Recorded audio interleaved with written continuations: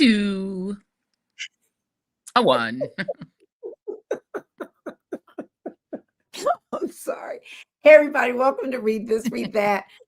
I'm going to just say this one is having a spectacularly bad day. And so I had to laugh when she couldn't even get out the a 2 with any It's been a day. It's been a day. I mean, look, It's Joanne, been an experience. you're like a 2. It's been a rough day, guys. It's been a rough Well, day. you look cute. I love the blazer. Thank you. Is it a short blazer or is it a long one? Does it go down to your hips? No. It's just down to the hips. It's just a short, cute little with a little pop. Because I had a dentist appointment, so I had to look somewhat classy. For the people that want to take selfies. Nobody took. No, I had a hat. I had a whole disguise. I had glasses. A hat. Nobody bothered me except the very, very, very friendly staff who were very nice. So yeah they were very nice. Well, but nobody asked for a selfie. Thank God. I'm glad to hear that. I have a blazer like that, very similar. I'll show it to you one day. That is that I've never worn, and I think I've had it over a year. And I'm looking at this whole graphic tee situation, and I'm like, okay, I can see a vision for it.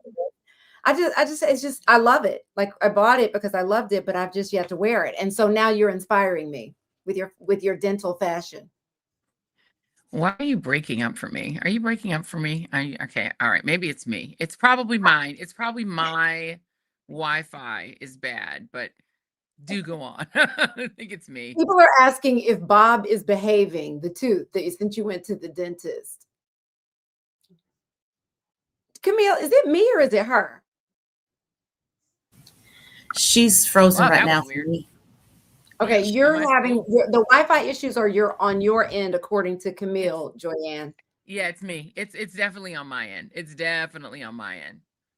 Of course it is. Doing it because of the day that you're having on top of everything else. Wouldn't the Wi-Fi mess up? Yeah, pretty much. That's the way this day is going. So yes, it fits. It fits with the overall theme of today. Oh my God. Y'all lay hands on Joyanne. Y'all lay hands on her. Nama Nama Christmas. All right.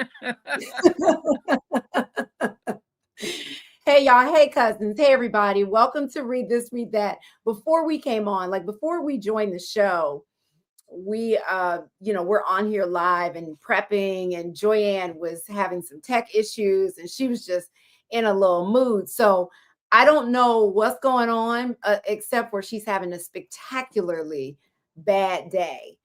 So we gonna ride through it.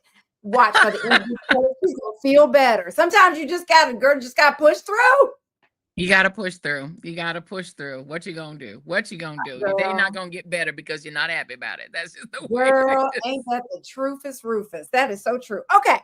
So as always, we like to get our announcements, our church announcements out the way. So we want to encourage you to like and subscribe and comment, because we love your comments. If you are here, get on in that chat and let us hear from you. Tell us where you're from. Tell us what you're up to. Where are you listening or watching from? What platform? Because I believe today, if I'm not mistaken, we're on YouTube, Facebook, and Camille. We're there. So. Yes, we are. All those places. So tell us where you're, what city you're watching from, and then what platform, just so we can know. Hey, South Florida, make it rain. Oh, that's so cute. NYC and Florida. So she's back and forth. So anyway, like, subscribe. And if you hit the join button, if you're on our YouTube channel, you can join our exclusive cousin community, our cousin nation, and be a more intimate part of the family. You'll get discounts on books that are part of our book club, and the merch that is coming, as our editorial board knows. We had a great editorial board meeting on Monday, and we've got a book club meeting coming up at the end of this month. So that is next week, not this Thursday, but next Thursday. So you still have time to get the book and read it if you want to join in. It's a good one. It's a really good one. So those are all my announcements. Before we get to wind down, we want to share. It's still freezing. All right, I might have to move. I think I might have to move my whole self to someplace with better Wi-Fi. All right, I'm gonna go off camera for a minute. keep the church announcements going, and I might appear in a different location. But don't turn off your thing. Just turn your camera off. Can you do that? Yes. Yep. Okay. There we go. So anyway, I'll talk to you guys in the chat. We got some good stuff coming up. I'll tell you some of the things we're going to talk about today.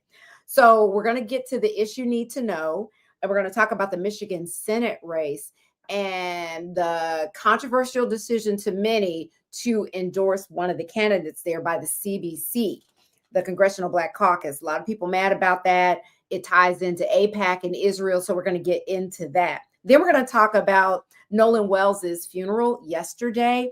A lot of details from that. Before we jumped on air, we were talking about the autopsy. I'll share here what I was saying. I think it is strange, right, that the body was turned over a while ago. So let me tell you, I think it's strange that there was an that Crump and Sharpton are saying that the independent autopsy results were going to be ready by July the 10th, right? Now is July 21st. What's going on with that autopsy? Now, Ben Crump did say that there are limitations to the independent autopsy because they got the body so much later than the county medical examiner in that part of Mississippi. So it takes a while to get those results. But he's saying that they'll be available soon. But he's saying that the results will be limited because of the decomposition and all with the body before it got to the coroner. Or to the independent autopsy medical examiner. But the state autopsy was conducted on July the 7th. So I was asking before and we'll get into this later. I was just filling time, Joanne. We'll talk about this in a minute. July the 7th. And I'm wondering, where are those results? I'd like to know what the county coroner had to say or medical examiner. But if anybody works in this industry, if you work for a funeral home, if you know how long autopsies take, let us know in the chat. And, perhaps toxicology delays. Yeah, I'd like to know what's taking so long. But anyway, let's get to our little time. Oh, go ahead. Go. Oh, I was just going to say really quickly that, we had Frank Figluzzi on, former FBI director, on the other show. And one of the things that he was pointing out is now that the feds are involved. So before the FBI was not involved, which was very weird because it was a death on federal property. But now that the feds are involved, I wonder if that is also complicating releasing the autopsy, because Jackson County, which is where the sheriff's department is, and the state of Mississippi could also release the autopsy anytime they wanted to. And it's actually in their interest to release the autopsy if it shows nothing nefarious. So it's curious to me that they haven't released it either. This is the reason I think a lot of people remain suspicious about this case, because if it's nothing, then the state should just release the autopsy, right? I would think that they would want to just release it. I would think that too, but I would also think that Ben Crump and Al Sharpton would be doing their due diligence and asking for those results publicly, right? Saying, hey, where are these results? If the county is indeed holding off on those results because they don't want, and we don't know they are. Right. No, we don't. But to me, they do everything else out loud with a microphone. Why not ask for those results, right? If they think that the county, just as you just said, could be delaying releasing those results from a July 7th medical examination, right?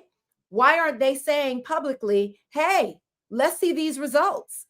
Well, right? I don't understand. I don't understand. And if they're not available, say that. Like, to me, everything matters. They're calling for all kinds of information. I want to know what happened to this young man.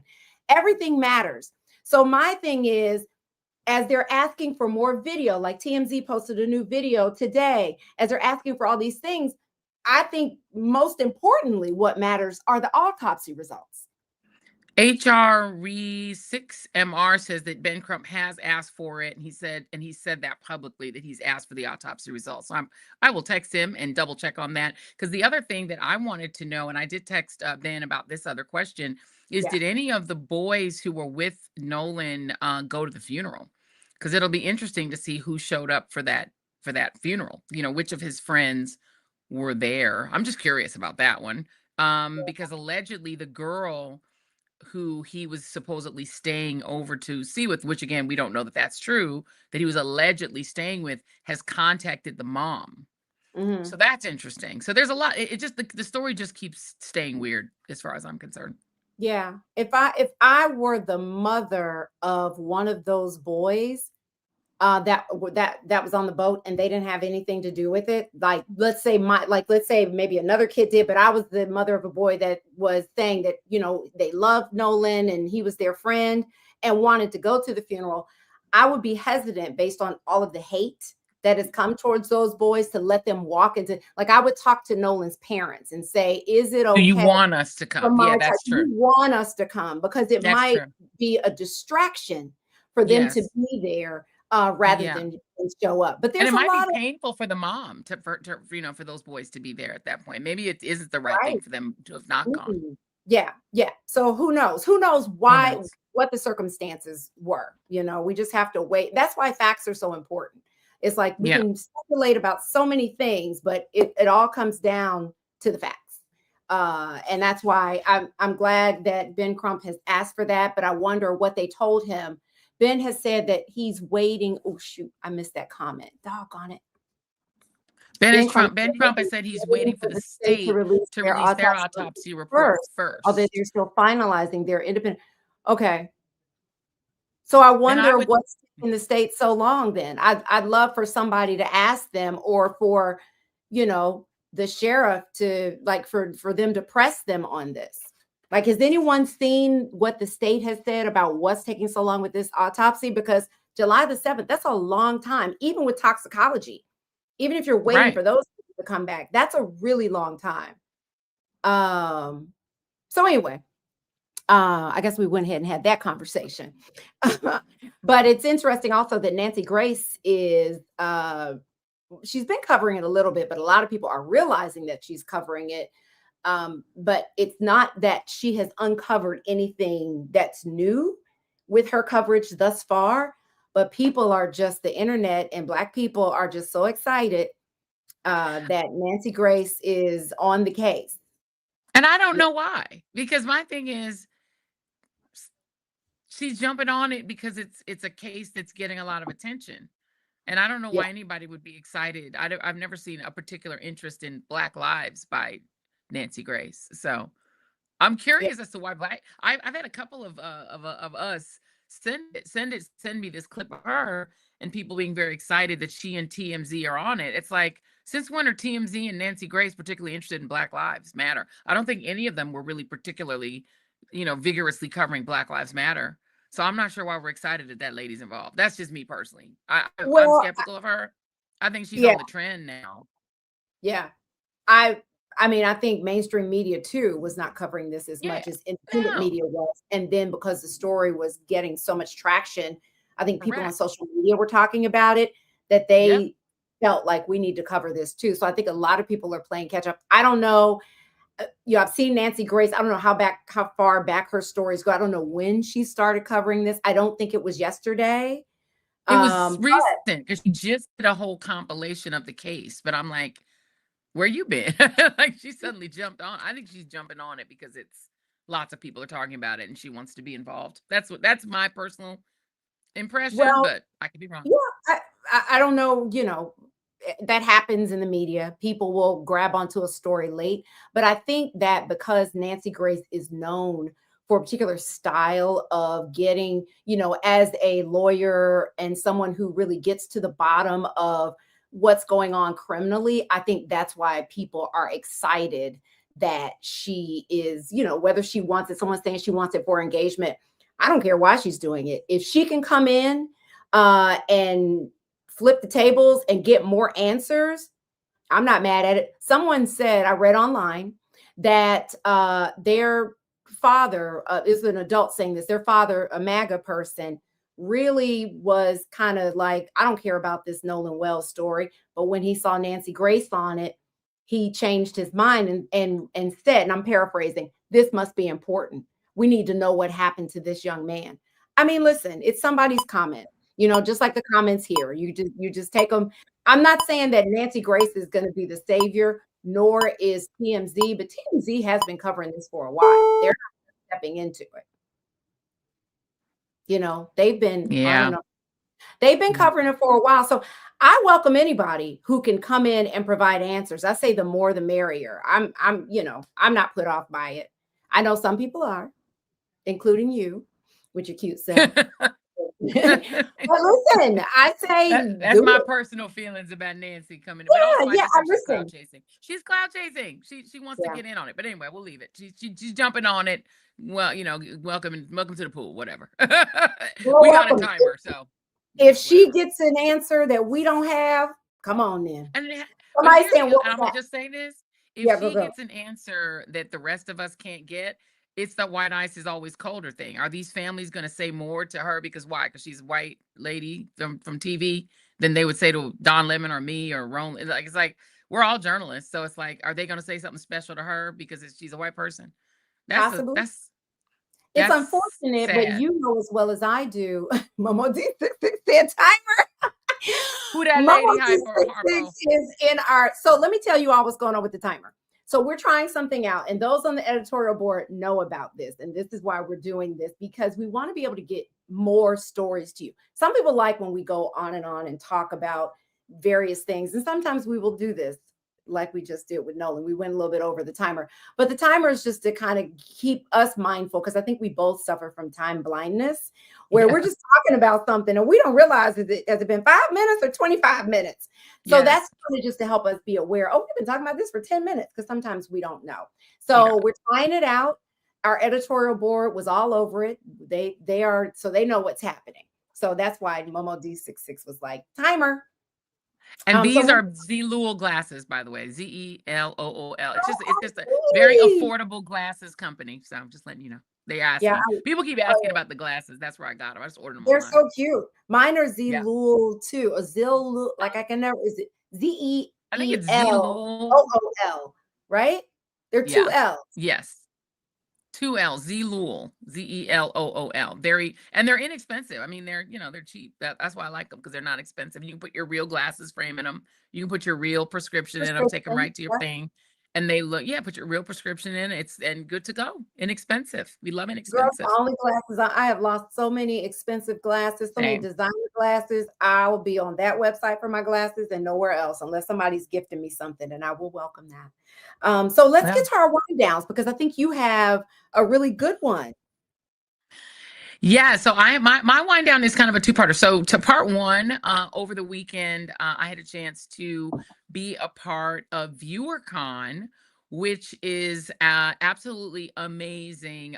Congratulations to Chris Witherspoon, who threw basically the Comic-Con of movies and TV, and it was sponsored by Stars, and they debuted 2 new Stars shows at ViewerCon. They had 2 stages. I had a conversation, one with Bevy Smith in one conversation, and one of the senior, and one of our sorors who's a senior in the senior leadership at Audible, who moderated that conversation. Chris interviewed me. And then I interviewed the mayor of Newark, Ross Baraka, got him to do some bars. He actually dropped bars for me, because he's a poet and he does poetry to music. And he didn't want to do it, but I made him do the bars. And he was very cool. Your outfit was outfitting, Joy. Oh, my outfit! I was in my fabulous orange. I wore my bright orange, my favorite Mark Cain suit. So it was nice and comfy. It was stretchy too. So that means if I had a little extra food, that I was good. But it was good. No, we had a really great time. It was fabulous. So I did that. So I got there at 9:30 in the morning. When I got there, it just started to rain. By the time I got inside, it was a whole monsoon. But people came out. Big ups to Chris. 2 stages at NJPAC, the New Jersey Performing Arts Center in Newark. Gorgeous venue. I love Newark. I'm like falling in love with Newark. It's cute. It's artsy. It's a beautiful little spot. I'm gonna try to take the daughter back, since she's an artist. I really wish she'd gone with me, because it was fabulous. It was really great. A couple of people seemed like they were there. Momo D66. Oh, I'm always cute. Thank you. Kelvin Davis seems like you knew about it. It was fabulous. So I did that. So I got there 9:30 a.m. I was gonna leave by 2:30. That was my original plan. But I was so proud of Chris, and we were having so much fun. And Lachelle, my friend Lachelle, that was there. We ended up going out to get some food at this fabulous Black woman-owned restaurant nearby, and then coming back, celebrating with Chris. So we ended up staying. So by the time I got back to my apartment, and again, I went up this time by myself. Normally when I travel with the daughter. She's my daughter's assistant. But this time I was like, you know what? I'm gonna go by myself, just so I can have some me time in my little favorite Harlem space, right? And just be on my own. So I went up on myself, had my whole little disguise on, went up on the plane, doing my own thing, being independent.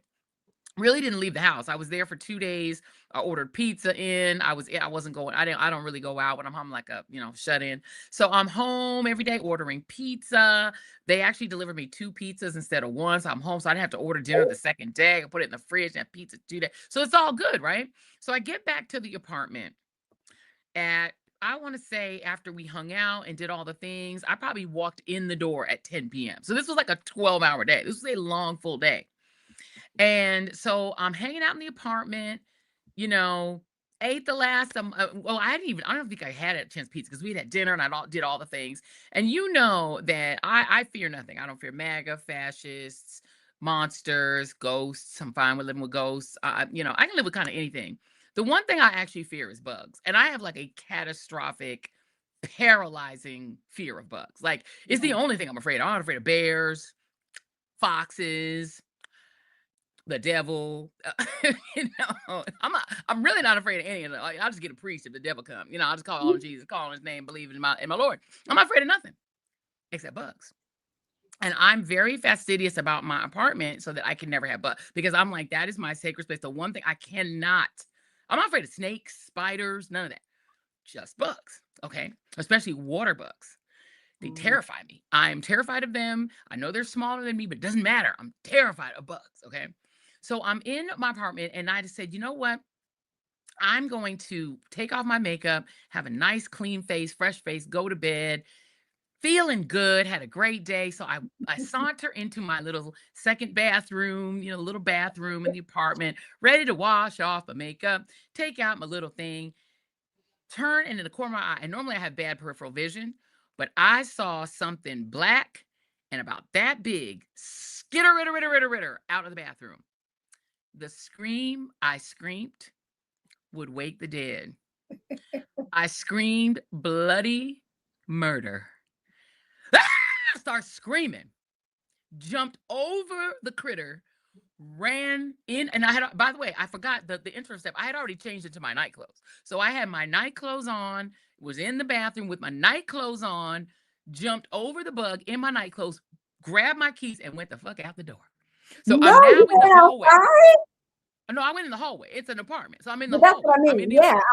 Out the door. Oh, I left. Because usually, look, I promise you, I have moved out of entire apartments because of one bug. I saw one bug when I think I told you this, when I was living with my friend from college. We were inside our apartment in the village, and we were sitting there watching the gay parade, the pride parade go by. I had never seen a pride parade. It was fabulous. And we were sitting there, and she foolishly called her father, who's like an old-fashioned Jamaican who wore a bow tie, told him about the parade. He came, got her, took her home, and said, "You're not going to be here in this sin." Left me by myself. I'm sitting there alone in the apartment on my bed, curling my hair, because I had hair at the time. Saw a big-ass cockroach run across. It's New York. It's nothing but roaches and rats. The thing ran across. I screamed, called my cousin and said, "Come get my ass," and never went back. Broke my lease, never went back. I'm like, "Bug, it's your apartment. Make sure you pay the rent on time. Don't leave the lights on because I ain't trying to pay that light bill. That's your apartment now." One bug. I have moved out of an entire brownstone because of one bug. Okay, one bug is enough for me. I don't need to see 2. When I see a bug, it's theirs. Pay the rent, pay the mortgage, pay the shit on time. Don't leave me with a bill. So, I know people can't hear me. Ran out of the apartment. I ran out of the apartment, ran into the hallway in my night clothes. I had my checker pants and my little tee. So I wasn't in like a nightie, but I was in my night clothes. Ran to my neighbor, banged on her door for help. And I knew she was home because she had her TV up super loud, blaring, and she's older. So maybe she couldn't hear me, banging on her door, ringing her doorbell. She did not answer. Maybe she just didn't want to deal with my ass. She did not answer. So now I'm like stuck. Luckily I had my phone. So I called Jason. He's like, "If you don't get back in that apartment in your night clothes, you cannot be in the hallway. Get in back in there." I was like, "I'm not going back in there. There's a bug in there." So then I call, and it was a water bug. It wasn't that big. It was like a water bug about that big. They come about the drain, like about that big. And they can fly. This is what I'm scared of, right? That's going to fly. So, and I'm just scared of them, period. So then I call my super. I have you have to have a good relationship with your super.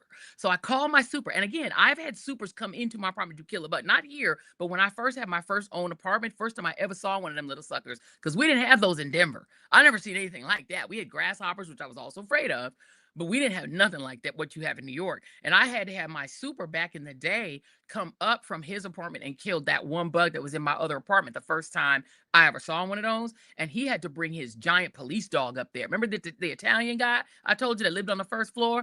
And he was like a big old Italian retired cop.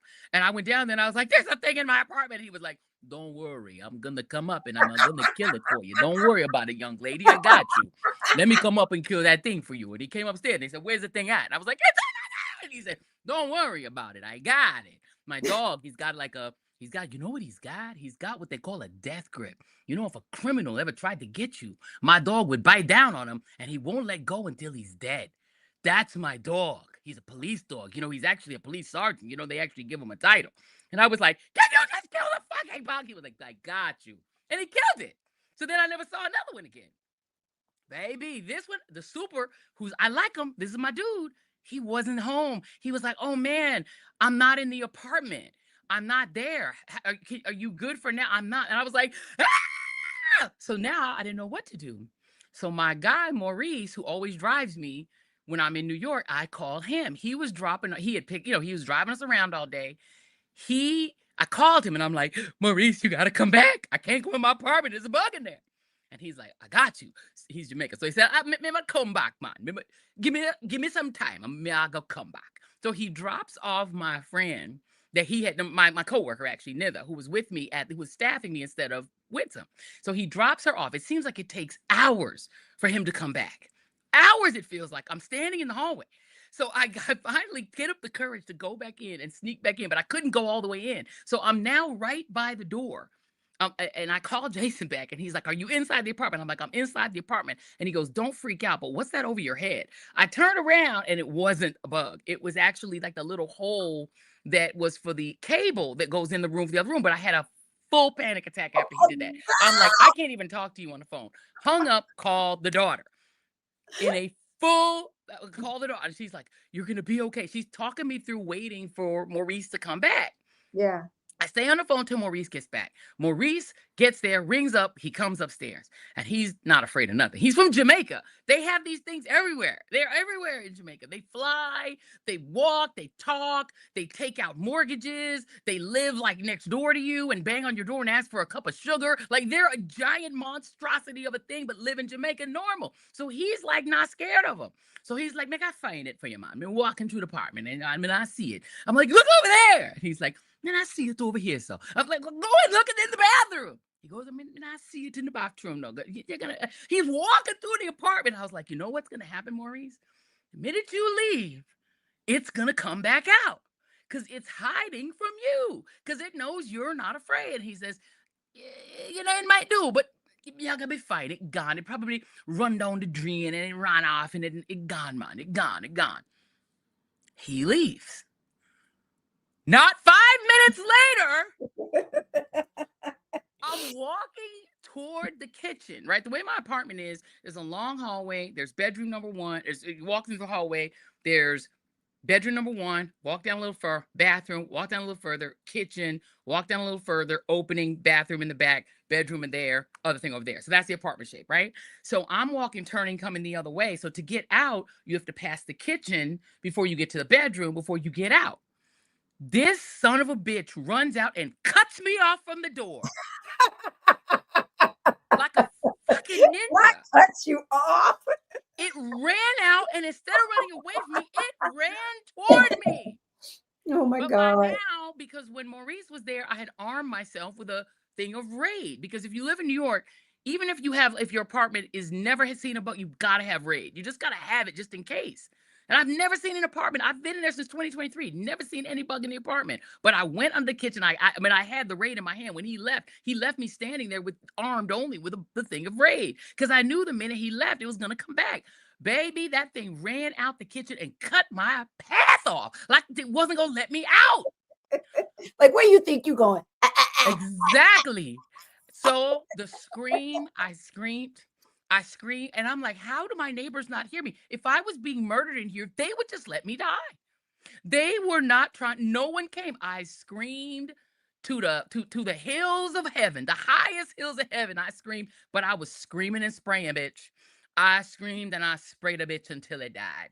I sprayed a bitch and sprayed a bitch and sprayed a bitch and sprayed a bitch until that shit flipped over dead.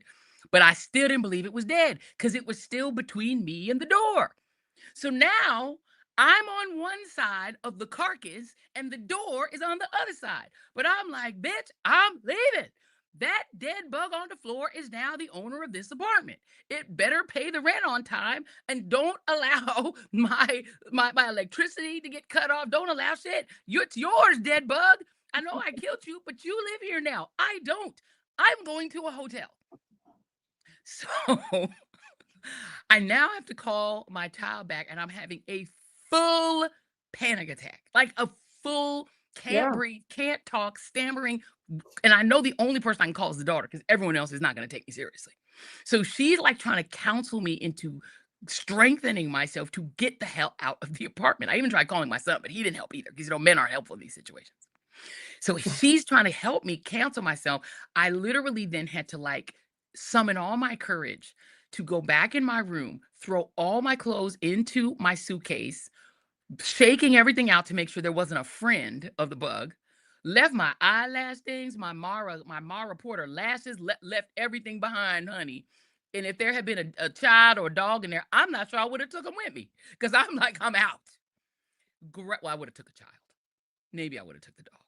But anyway, I packed my stuff, but now I've got my rolly bag, my purse, and my backpack packed. But I've got to get all of this stuff past the carcass and to the door so I can go to a hotel.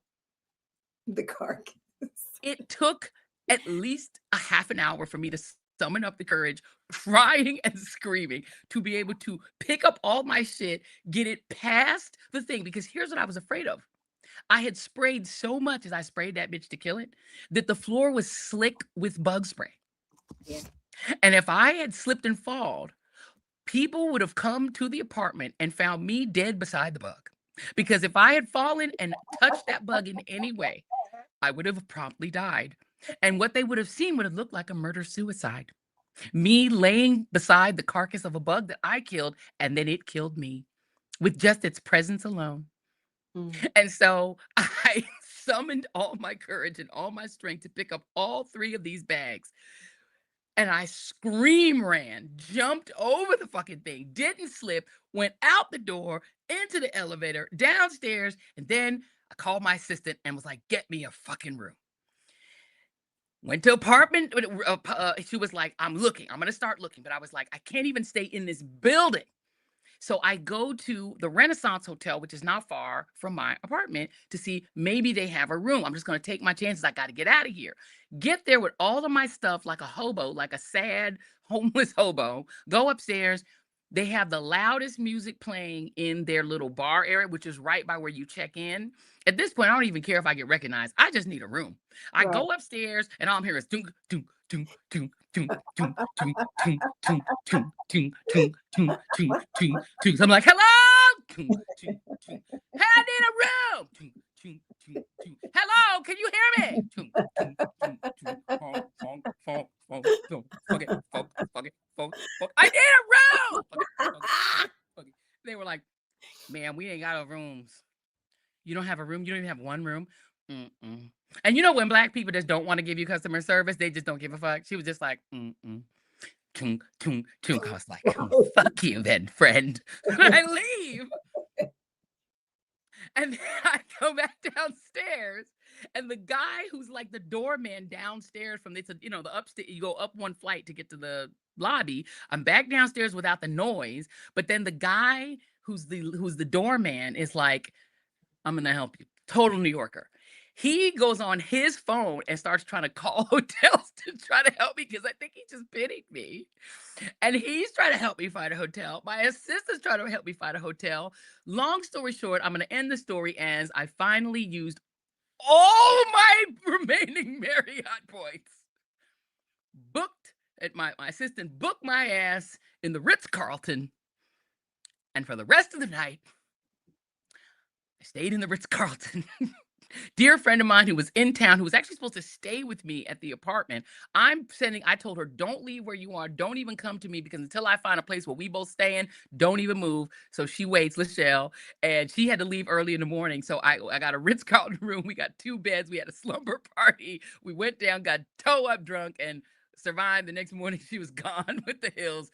The end of the story, how I'll end it is I did call my super back. And I said to him, I will pay you to go back in there and clean that carcass up because I ain't touching shit. I cannot do it. I can't even move the carcass. That's how scared I am. And he was like, I got you. He went up. He texted me back and let me know the carcass has been removed. My apartment is once again bug free. Is it though? I mean, but that's the thing. I mean, I because don't it know. got in some kind of way. Well, I know you all, which in New York it kind of is what it is. It's just like being out in a wooded area. Like you know, I have regular people coming and spraying very clean type of non-toxic thing because I have animals. You have to be careful of what you spray. Like Raid is very toxic for animals. So just if anybody doesn't know that, just want to keep that in mind. There are bug things that are non-toxic to your pets. So keep that in mind. Raid is the worst of the worst. And there are things that are better than that will still kill the bug. I needed to make sure that bitch was dead. Well, I sprayed it with Raid. But no, it's because what you have. But if you had something else, but my question is, after you sprayed the entire can of Raid, right? After you emptied the can, emptied my clip. Why didn't you take something like a heavy book or something and try to like make sure it's dead? Why didn't you throw something on top of it? Because you could do that from a distance. Because then I would have had to have something that I own touch it. And, my fear is mainly disgust, and I don't want anything I own touching that thing. I would have had to throw that thing away. And so what I did instead is once I was gone and I got my super to go back in and clean the carcass up, he actually then went and he said, look, this is what happened. Remember I told you about the monsoon? He's like, what probably happened, because is that the monsoon pushes everything up through the drains. Because when I tell you, this is how paranoid I am. I don't leave dishes out. I don't leave food. I don't even have like a bread thing. Nothing. There's no food visible. I keep my place so you eat off the floor. I'm so paranoid and I'm such a neat freak when it comes to my apartment that I'm like, I'm not even going to take any chances, because the one thing that would ruin my enjoyment of my apartment is ever having any kind of bugs. But he said what probably happened is, and he's like, this is what happens when you have heavy, heavy, heavy rains like what we just had in New York. He's like, it probably got flushed up from the basement because it came up through the drain pipes. So he's like, I'm going to go through and I'm going to walk through your whole apartment. I'm going to make sure there's nothing else in there. And he's like, I'm going to put down whatever I can put down to make sure that none of them ever come back. And he's like, thank God my super and I have a really good relationship. But he went back in and he's like, I'm going to put down whatever I have to make sure that your thing is clean. I'm going to walk the whole of your apartment and make sure there's nothing else in there. And he cleaned up the bug. He texted me back to say that the crime scene has been cleared, So I don't know, but I haven't been back. So are you going to go back? Not until the exterminator comes in there and triple, quadruple, extruple, fupple, lupple, double, flupple, sprays the shit out of that place. I need it to be like, even if a bug looked at the place, they would die. Like, I want them to die just thinking about my apartment. I want them to think about my apartment and have promptly dropped dead. I'm not a vegan. I don't care about these things. I want it dead. Dead. Red Rob. It's really not about veganism as much as it is about peace of mind, right? Because, and I was going to say this to you, you can tell that you've been married your entire adult life and that you really haven't spent time as a single woman. Because when you're single and you don't have kids and all those people to come to, like, you got to figure some shit out. Because what I'm not going to do is, unless it's a ghost or something like the things that you would stay for, a bug's not going to chase me out of my room. You see how you were calling your husband and all everybody. Like, I would call people, but when you're single, you build up so much courage because you have to deal with so much on your own time and time and time. And sometimes there's nobody you can call. Sometimes the shit is on you.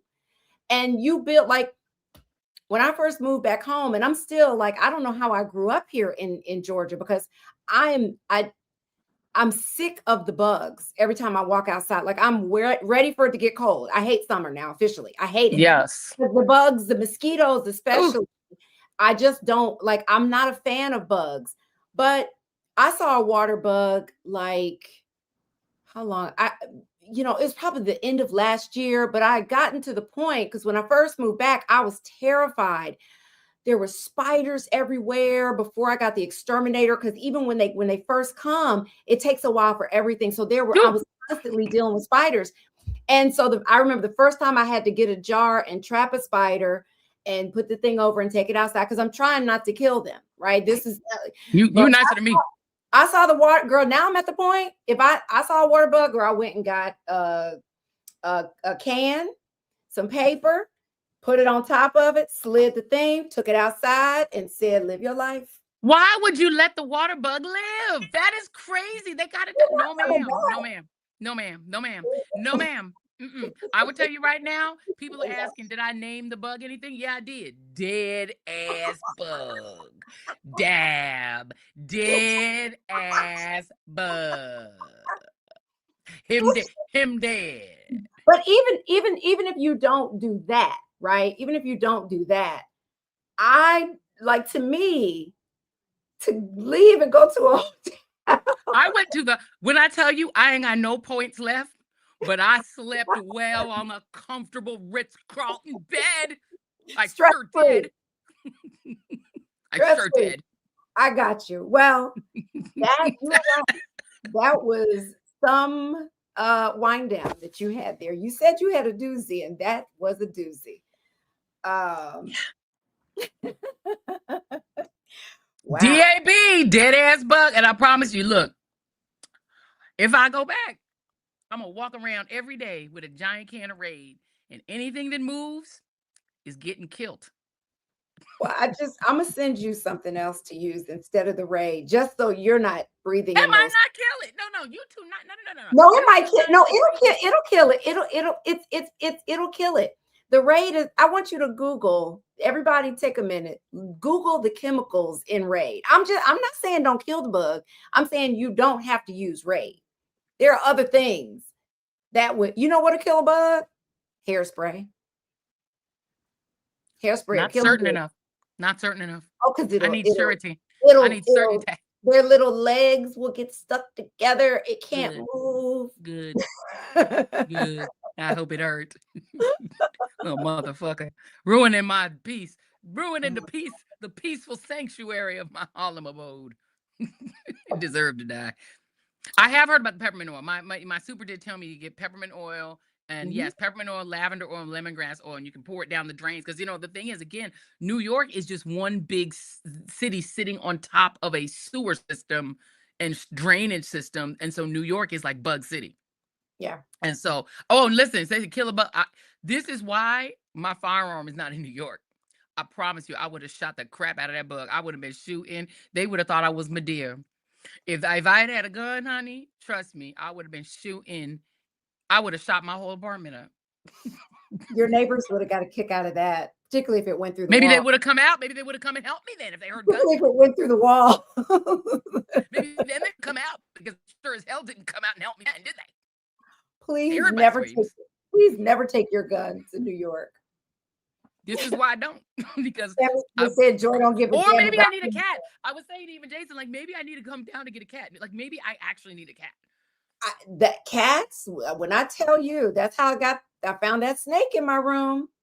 My cats, they say, girl, they see bugs outside on the other side of the window. Girl, it's just, you don't even have to get them toys down here, because they're just constantly in the windows playing around there. And it's like, sometimes my cats will sit and like look like right over my head, and I'm like, what yeah.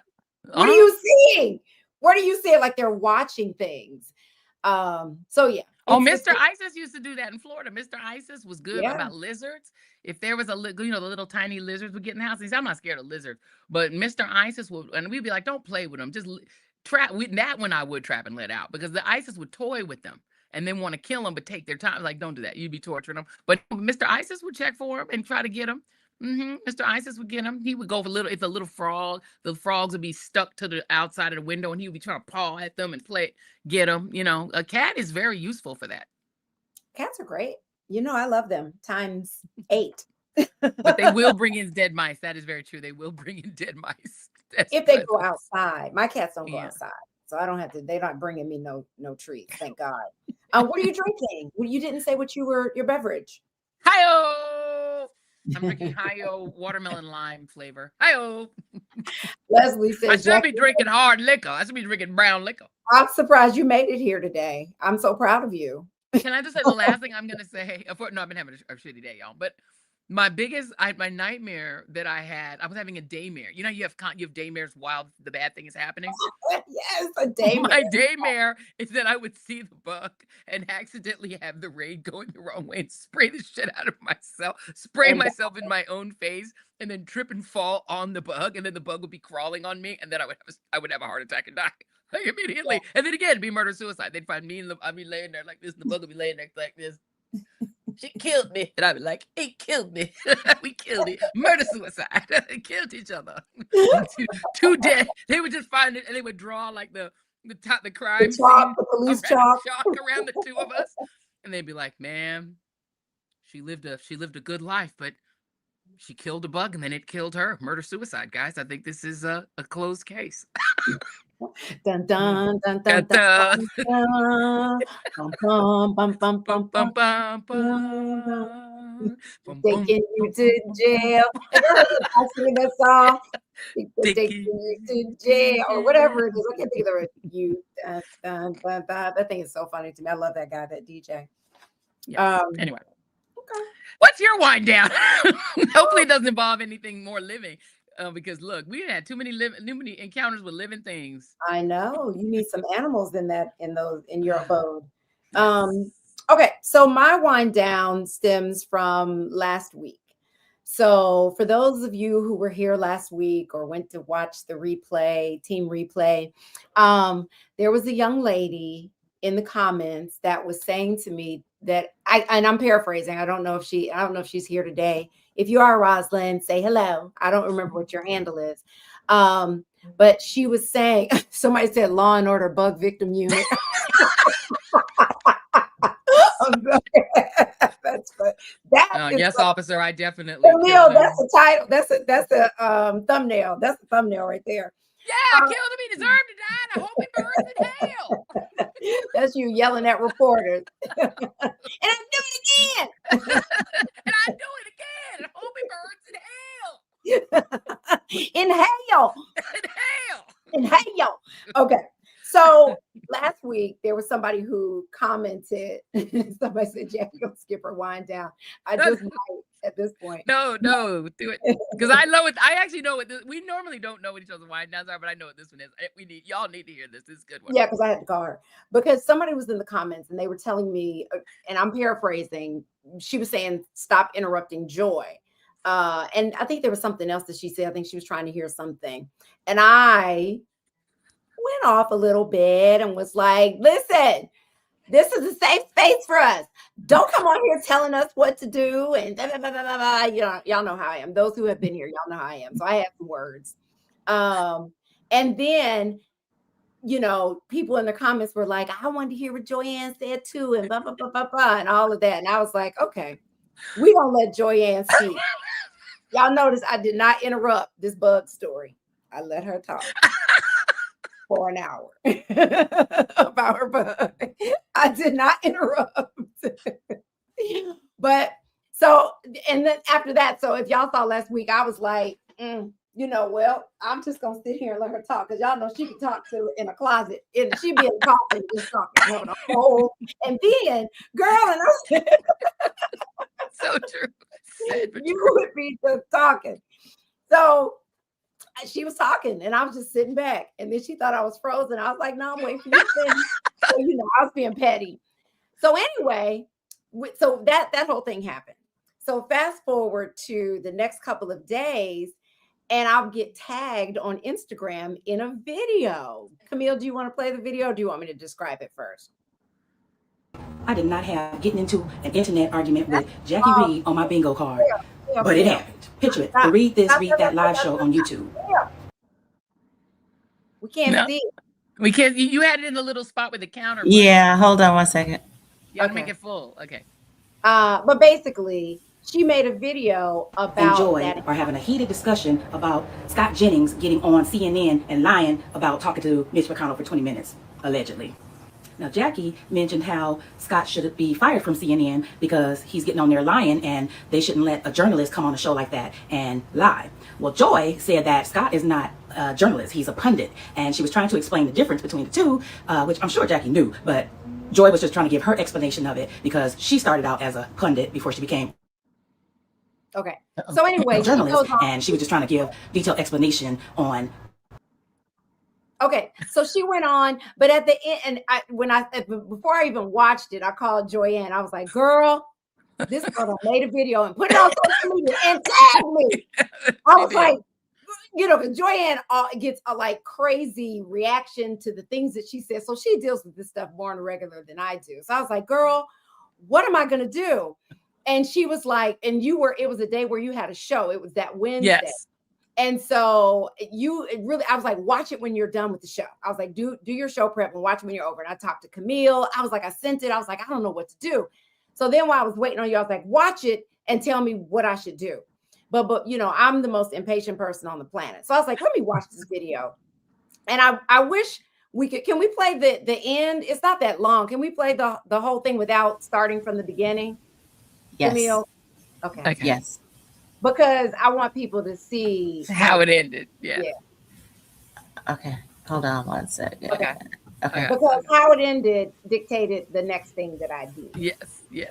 Hey, let me produce y'all's show. I'm a producer in real life. I'm a TV and film producer. So, I need a job right now because I'm on furlough from the industry because the industry is trash right now. So your girl out here driving Lyft. So give me a job, Jackie Reed. Don't bite my head off, girl. Give me a job. I need to be working down to the Read This, the Read That show. Okay.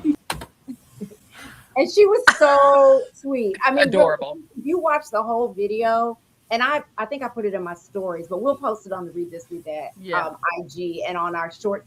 But she was so nice. She was like, Jackie, girl, I didn't mean it that way. And like, she was so sweet. So I DM'd her before I watched the video and before Joyanne or Camille could get back to me. I DM'd her and I said, what's your number? And Joy and this. So I DM'd her. I said, ma'am, send me your cell so I can call you. She sent me her number and I called her and I was like, can you talk now? And we got on the phone and I said, girl, that was a cute video. And she was laughing and I was laughing. And she said, I said, listen, I'm a nice person. I said, I'm not mean. And she said, I know. She said, I was just trying to hear what Joyanne was trying to say. I said, but I knew where she was going. So that's why I cut her off. I said, I knew where she was going. So that's why I cut her off.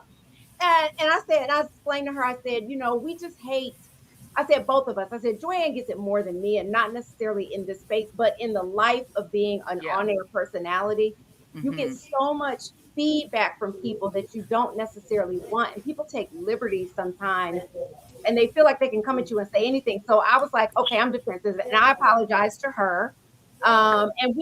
And I said, so you said you're a producer. What are you going on? And she told me she works in LA. She works with scripted television.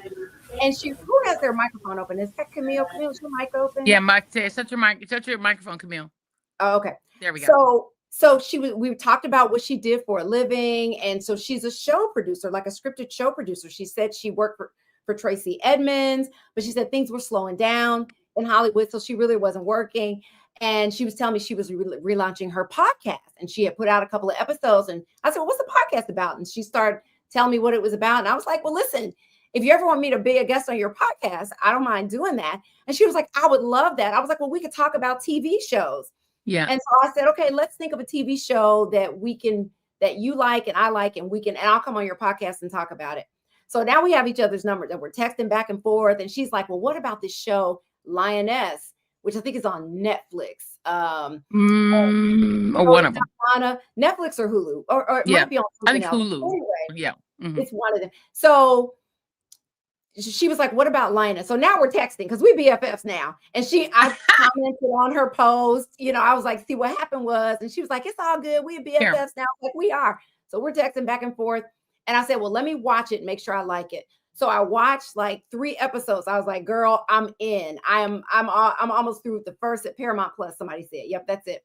So I'm almost done with the first season. So she said season 3 comes out on like August the 2nd or August the 3rd. And so we're going to do a show together. I'm going to be a guest on her podcast to talk about this show. So we watching shows together and everything. I girl. love it. It all But worked out in the end. And so if y'all Rosalind Jackson, Yes. my new BFF, Rosalind. I don't know what her handle is in here. But yeah, that's my girlfriend now. So I'll let you know when we do our podcast together. But I like her a lot. She's looking for work. She's been in scripted TV for a long time. She really is a sweetie. So yeah, I mean, I love that. When I finally saw the video, I was like, oh Lord, you sit down and watch it, you're like, oh God, how's this gonna go? And the video itself is so sweet because she makes a pivot, she makes a turn. She's like, this wasn't on my bingo card. She explained what she meant. It was such a sweet video. Big up to Rosalind. Sometimes you got to shoot your shot. And this worked out for the best, and it turned out to make a new friend. And so, Black girl, as somebody said, Kelvin said, Black girl magic every day, every day, every day. I love it. It's a great story. One Opinion Me says Linus is really good. Yes, it is. Are you watching this show, Joanne?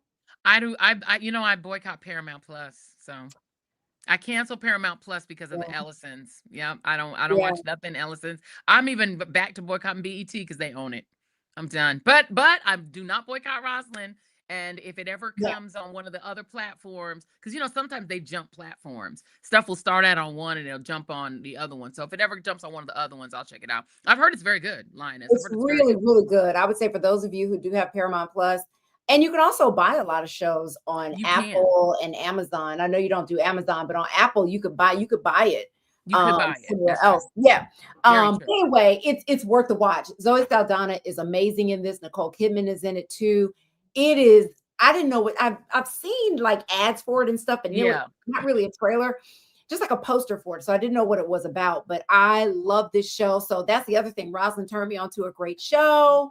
I am loving it. So anyway, that's my. We love it. Well, I'm sorry, I'm laughing because Beverly Hunter said I need some counts. What? Beverly Hunter said I need some counseling. So listen, maybe I can get in an argument with a counselor or a therapist in the chat, and then I can have a best friend that can give me some counseling.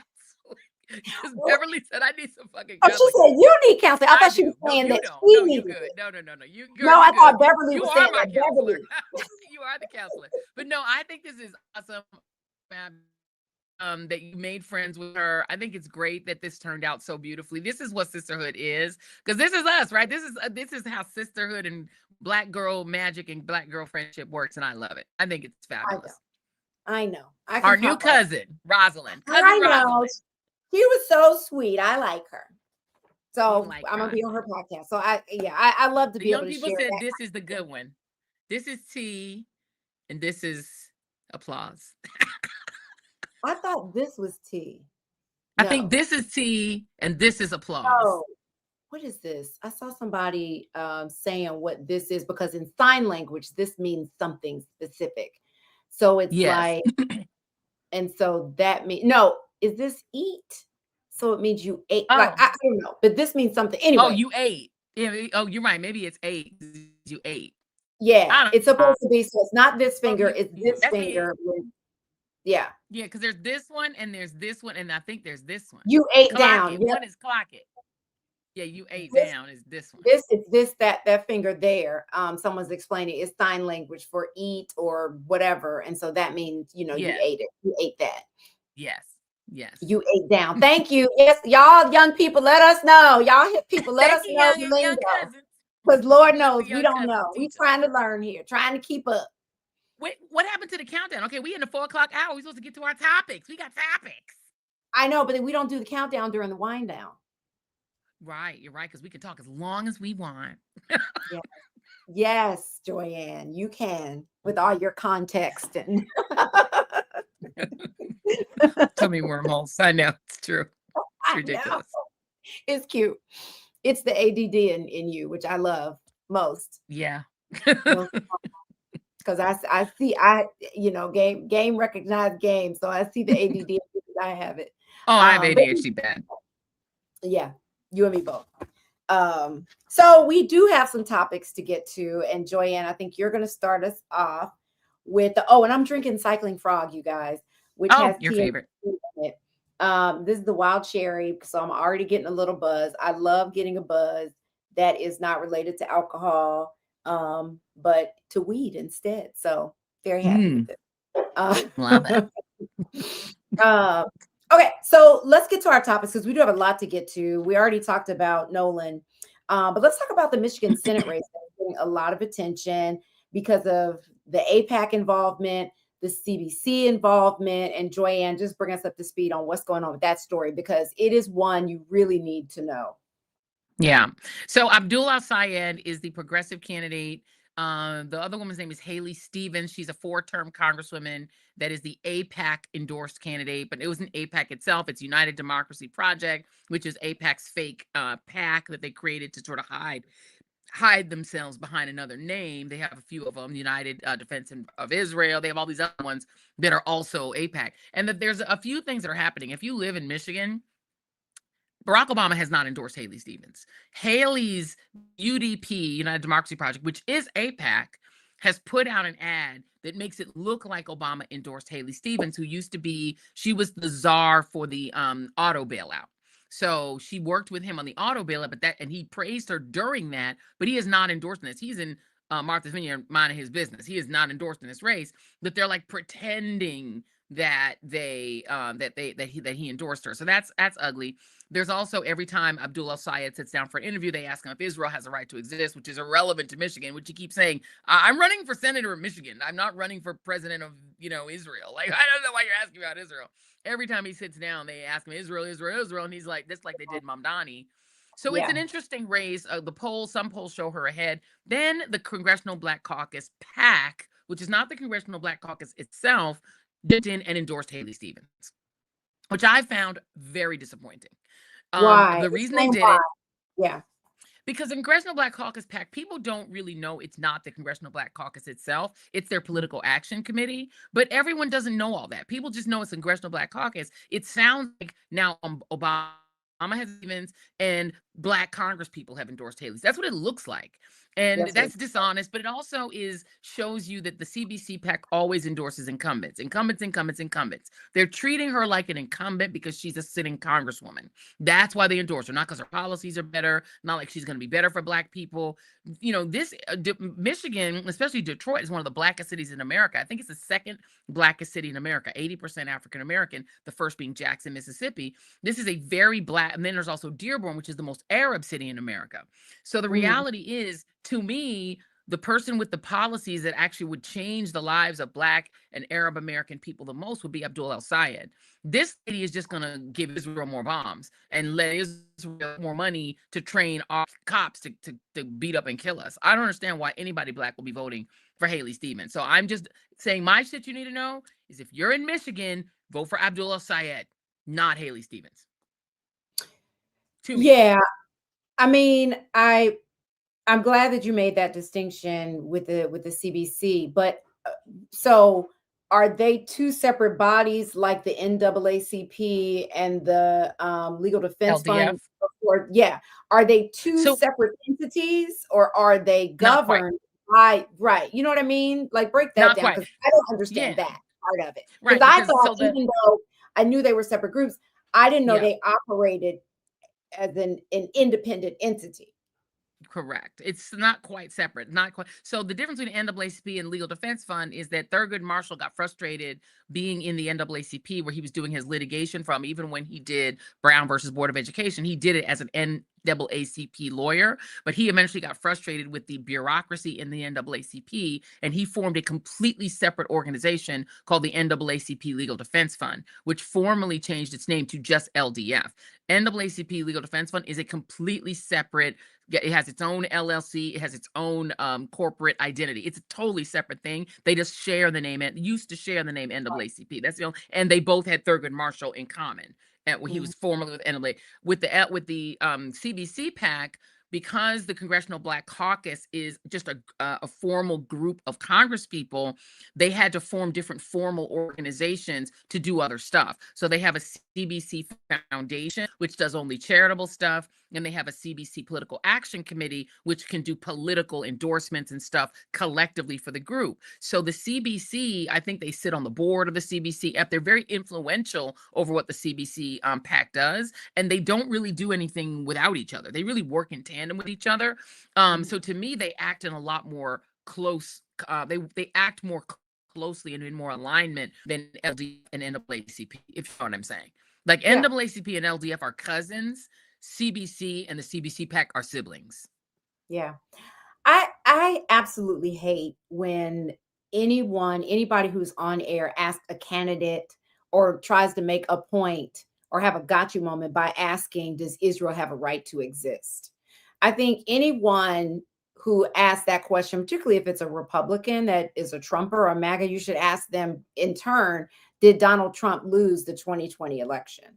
Right? And make them answer that question. Because it just like we're in America. We're not in Israel. It doesn't matter if our politicians, this is my opinion, it doesn't matter if our politicians believe Israel has a right to exist. I mean, it is just obnoxious how much American politicians on both sides, Democrats and Republicans, really just want to be in lockstep with Israel so strong, and they're afraid to take a stand about something, this genocide in Gaza, because they don't want to hurt that relationship. They want to hold on to this relationship. I mean, it's just it really is disturbing how blindly, right, the American politicians, presidents, back to who, Truman, right, have all been big supporters of AIPAC, of Israel first, and then of AIPAC. They've all been very supportive of this. Like, they have a right to defend themselves, and we send them billions of dollars in aid. I mean, so they can have free education, free healthcare. And this is not like some poor, impoverished country. Like, it's a rich entity. Like, these people have money. If you look collectively. And nukes. Right. And they have nukes. We're giving them weapons and all these things. And it hasn't made sense. To me, it never made sense, but it especially doesn't make sense today when you've got people who are dying, right, of diseases like cancer and other things because they can't afford health care. People who are losing their homes and other things because medical bills are so expensive. Kids who want to go to college, people who want to go and get a second or third degree or whatever, they can't because they can't afford it. They can't go to afford school. Meanwhile, we're giving our tax dollar money by the billions to Israel to support them. I'm against it. I'm against it 100. And that does not make you anti-Jewish, and it doesn't make you anti-Semitic. It only means, like, I have a problem with Israel. I don't have a problem with Jewish people. And we need to really know that's two very separate things. And they're not the same, right? And I would ask myself, there's two questions I would ask Jake Tapper and all these, and Dana Bash, and the people who all say this is the question every Muslim, brown person, Muslim, and Arab must ask. If your skin is brown, you're going to get hammered on this until you answer it. If in the 1940s, the Falasha Jews of Ethiopia had been the refugees who went to Israel as refugees and then founded Israel, if it was not the European Jews who are white, if it was the Falasha Jews who are Ethiopian and black, if they had founded Israel, would we be having any of these conversations right now? Would a Falasha founded Israel be receiving $3 billion in aid? Would a Falasha founding Israel be hammered where you must answer, does that Falasha country have a right to exist? They certainly would not. The reason that America is hypersensitive to Israel is that the particular refugees who went there started two terrorist groups to throw out the British and take control of the country and take the land and push nearly 1 million Palestinians off their farms. The reason America cares so much about it is they were European. And if they weren't, and I challenge you to show me why we don't ask if Liberia has a right to exist, because Liberia is the Come on. black companion to what Israel is, because Right. white people in America that wanted to get rid of blacks that were formerly enslaved sent them to Liberia, had them found a country, took over the country, took the land from the native Liberians, and made these new blacks the upper class. That is the mirror of what happened in Israel. No one asks, does Liberia have a right to exist? And if you say it doesn't, you hate black people. So Right. so we have an answer. Right. We have an actual parallel. And no Mhm. one asks if Liberia has a right to exist. And if you ask Jake Tapper that question, he'd think you were insane. But when Europeans go and colonize a country, as Europeans create a superiority system where they're superior, including to the Mizrahi Arab Jews and to the Falasha African Jews. In fact, they were sterilizing the Falasha Jews because they didn't want them to reproduce. We don't ask that question. Mm. Very good points. Very good points. So we'll keep an eye on what's going on in Michigan. And I know, Joanne, you have talked about this on your show, and I know you will continue to talk on it until there's nothing else to be said. Because one thing is to stay on top of, like, a lot of people will move on from stories or they won't cover it the way that you do. So I really appreciate what you do over on the Joy Reid Show. Thank you. Okay, moving on. So I don't know if you guys heard about this. Let us know in the comments. Malcolm-Jamal Warner, from the Cosby Show, who we lost last year, says that it is suing his mother for $1.2 million because she says that Malcolm left behind $1.2 million in broken promises when he died, and she is suing to collect. Now, here's what she says. Oh, Camille, what's happening? Oh, she's been big with the clock. She says that he agreed when they got married, and there she is on the bottom, to provide her with a number of financial benefits under a prenuptial agreement they signed in May of 2022, just days before they tied the knot. Also, they weren't married that long. But she says he failed to follow through on several of the promises before his death. She said Malcolm agreed to maintain a $1 million life insurance policy, naming her as the sole beneficiary, but she claims he never purchased or maintained the policy. She also said he failed to make annual tax-free payments. This is all in a lawsuit, so it's public record. To make, and I'm reading this from TMZ, failed to make tax-free payments of $16,000 to fund a Roth IRA for her, or to pay for her $5,000 monthly salary for serving as his chief of staff and assistant during the marriage. And so she said those unpaid obligations, all the things, come up to a bit over $1.2 million. And that is what she is suing his mother for. Somebody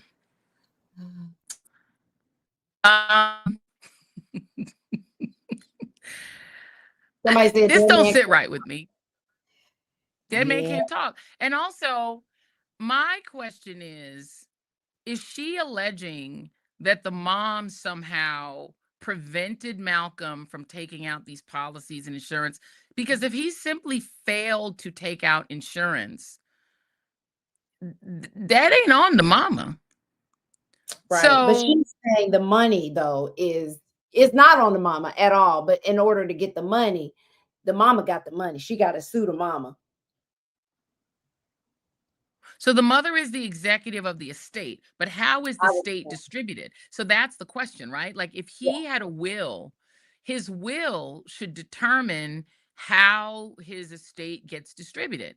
And if his will didn't say my newly married wife gets my estate, I'm not sure what she want the mama to do about that. Take out the policy. Maybe he didn't intend to take out the policy. Maybe he didn't want to take out. And I feel bad for her loss. But, marriage is about a lot of things, not just money. And it's a little off-putting, a little bit. But look, it's a little odd, because if he didn't intend to take out the policies and leave her the money, it's kind of difficult to then sue the executor of the state saying, I want you to do what my spouse didn't. You know what I'm saying? Yeah.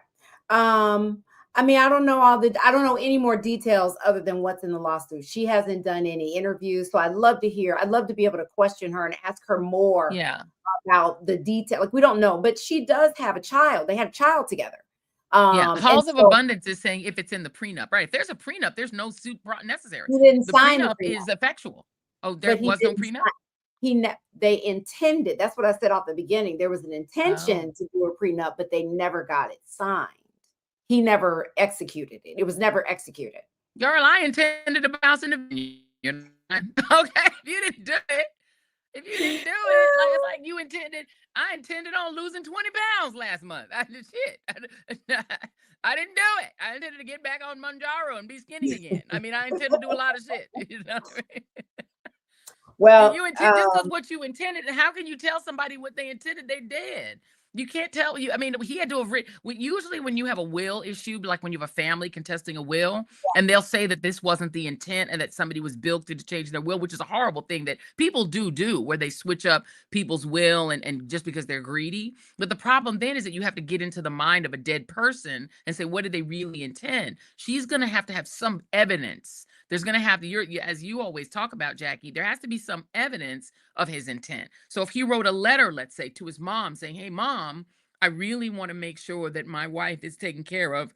I'm going to buy an insurance policy. That would be evidence. If he had an email that he wrote, or he had a text message he sent to people saying, you know what, next week I got to get down there and sign this prenuptial agreement to make sure that my wife is taken care of. Like, right?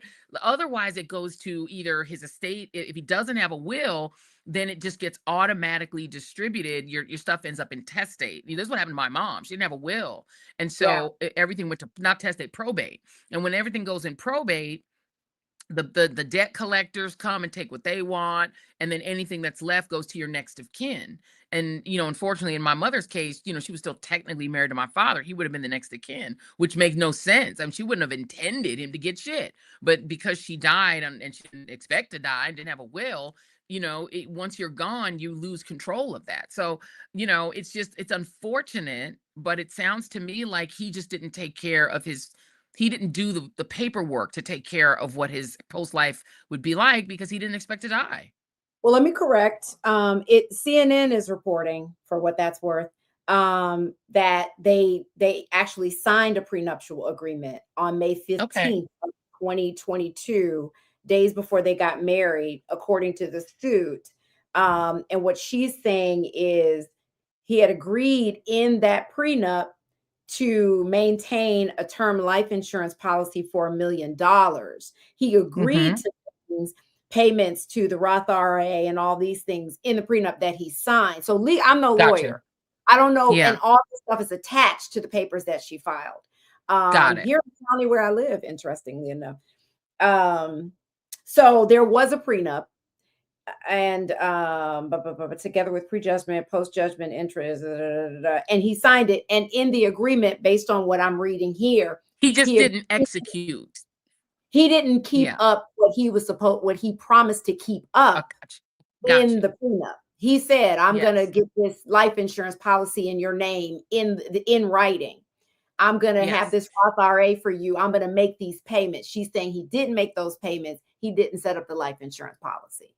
So she wants the equivalent of that cash sum of what that life insurance, because here's the thing. If you had purchased $1 million life insurance policy in the May before you die, that policy is not immediately worth $1 million, right? I mean, I guess it is if you die, but you can't purchase it in advance. It's an annuity. Like, you can't just purchase it after the fact. Is she telling the mom to maybe if the mom purchases the policy, I just don't know that you can enforce that. He's dead. I think there's other money. Like, if I'm reading this correctly, she wants to collect on some. She wants some of that Cosby Show cash. She wants that Cosby Show cash. She said, give up the residuals. Black Diamond. Time up, ladies.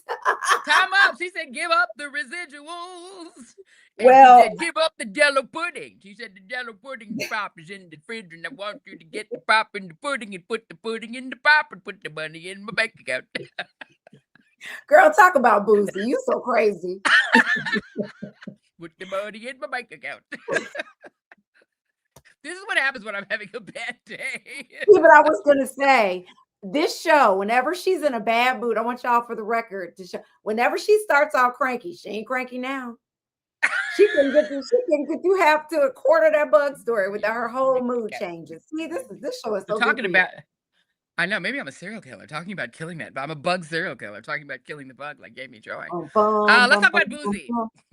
Yeah, talk about Boosie. Tell us about Boosie. So Boosie, who's Boosie Badass officially, the 43 or 45, 46-year-old rapper, went on social media to beg various far right-wing figures, including Laura Loomer, Mike Cernovich, Google who they are, they're horrible, but also Nancy Mace, Congresswoman from North Carolina, and a bunch of other people, is she North or South Carolina, asking them for help because he paid these two scammers $600,000 in hopes of getting a pardon. Now, these are two men who had actually been convicted of running a scam in New York. They were sending out mailers, I think, telling Black New Yorkers the dates to vote. And they were basically obstructing the vote of Black people. So that should have been your first clue, Boosie, that they were probably not very nice. So they, after I think, got pardoned. I want to say they probably got pardoned by Trump because they're back out in business. They put their shingle back up, and they're saying that if you pay them a lot of money, they can get you a pardon. Now, allegedly, other rap artists have paid Donald Trump or his associates lots of money and gotten pardons. Not just rappers, but other rich scammers, people who've been convicted of fraud and all sorts of other crimes. Allegedly, if you pay up to these friends of Trump, and of course he doesn't get a cut. Ding, ding. If you pay, you get a pardon. And that's supposedly the way it works now in Trump's Washington. He didn't get his pardon. Now he wants his money back. And they're saying no. So he also asked Erica Kirk. He included in there. I'm not sure why, but he's just getting dragged on social media because he put this on X Twitter. Probably also not very smart. And Cernovich responded saying, not what I do for a living. Nancy Mace responded saying, call my office.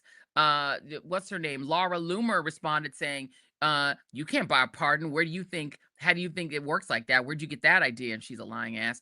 But anyway, yeah. So he's getting humiliated by the right wingers whom he asked for help. So here's your tip for the day. Don't ask a bunch of Trump scammers don't pay a bunch of Trump scammers $600,000 thinking that they're going to get you a pardon when really their business was stopping Black people from voting. Well, Lord, what is up with the rap world and this love of Trump? I don't know. They all believe in him. I just don't get it. But so people have been paying for pardons in the way of financial contributions to campaigns and all that stuff. But Joyanne, is it different in the world of Trump to how people are kind of getting this influence? Because some people have given to presidential campaigns and stuff like that. It's never been so blatantly open that people are like, Ever. I want to pardon you. Like this is different under Donald Trump, isn't it? Yes, it is. And the men who scammed Boosie, there are two men named Jack Berkman and Jacob Wall. And they are, as I said, scamming ass, maybe not N-words, but they are scammers. In 2025, they pleaded no contest to a federal robocall scheme aimed at intimidating and suppressing Black voters in Detroit, Michigan, and were sentenced to probation, fines, and community service. So these are people who are already known to be scammers. They come out after, whatever, serving the time, doing whatever, and he thinks that they, of all people, are going to help him. In the past, what people have done, which is probably not the most non-corrupt, is that people would hire high-powered law firms to represent them, and they would file a normal pardon claim. And filing a pardon claim does require you to get like a lawyer that's connected, a lawyer that knows how to file pardon claims, but you're not supposed to do like actual bribes. And under Trump, it feels like what happens is people are just doing bribes for pardons. They're just giving Trump cash through other people. Yeah. And that's what's different, is that it feels like people are just they're offering money, they're donating to Trump's library, they're buying crypto, they're doing things to get one South Korean company that suddenly found its way giving Donald Trump like $2 million for whatever, crypto or whatever, and suddenly they got their their access. They got their, whatever cleared. Like, it's becoming a thing where you just pay. It's literally like the mafia. Yeah. Yeah, it really He's is. selling. But, I mean, yeah. but I mean, listen, I just, the things that Donald Trump is able to get away with just in the light of day, just all day Yeah. long, from destroying the White House and, to the crypto thing to, he'll probably end up with his face on Mount Rushmore and the whole mountain will be knocked down because they, it's so delicate. You really shouldn't do anything to it. But child, what do Yeah. you do? I That's mean, he'll crazy. probably pay to get on Mount Rushmore. I mean, the thing about it is what Trump has Yeah. learned, I think, being president the second time, is that you just do it. And if no one stops you, you've done it. And the Supreme Court has said, if you do it while you're president, no one can do anything to you. You can't go to jail. You can't be prosecuted. According to John Roberts, he's untouchable. So he's like, I might as well steal and let my family steal and let my friends steal. And I would be shocked if he wasn't getting a cut. I would be shocked if he wasn't taking a cut. What they've been able to do and get away with in hand with Israel in Gaza, and now planning on turning that into a resort area and just erasing it, killing and pushing out all of the people there, is just the fact that this is not on the news every day. Yeah. And his son-in-law doing it, by the way. It's his son-in-law that's going to have a giant development, which is going to be a tech residential development. Just yesterday, the far-right ministers, Ben-Gvir and other far-right settlers, marched to the wall between Israel and Gaza, demanding that they were going to go in and start the settlements now. They're already selling online plots of Gaza land with the bodies still not dug up yet. There are dead Gazan children everywhere. You want to talk about ghosts? That whole place is a funeral pyre. Israel just bombed another family, I think a family of 4, fired on them in their house, killed man, woman, and their children. They used a drone to kill the man who was providing big screen TVs for people in Gaza to watch the World Cup. They used a drone to sniper kill him. At this point, they're just killing like it's a video game. And while they're doing that and basically clearing Gaza of all the humans, Donald Trump's son-in-law preparing to launch a development project with his friend Steve Witkoff, and they're going to have the Epstein class go and live like kings on the sea in Gaza. Like, that's the next thing. They're just taking the land and making it into resorts. I'm sure Trump will get the biggest and best co-op and condo. Yeah, Gwyneth Paltrow has been under fire because she did a very public ad, like what is that? Advertising an apartment building in Israel, like it was in East just Jerusalem, not just in Israel, in Arab East Jerusalem. Yeah, I mean, you're exactly right. As if she were on Rodeo Drive or in the, Magnificent Mile in Chicago or something, like, you know what I mean? Yeah. Like, how tone deaf. I couldn't unfollow her fast enough. I really was. I hadn't heard about where she stood on politics, but I was really disappointed. We know now. And by the way, we haven't even gotten into the Van Jones of it. Van Jones saying, I'm a real liberal. I'm a liberal. And do we have a clip? I don't know. Well, yes. We're almost. Yes. Do you want to play it or just talk about it, Camille? Let's just talk about it. You can play it. No. Oh, go ahead.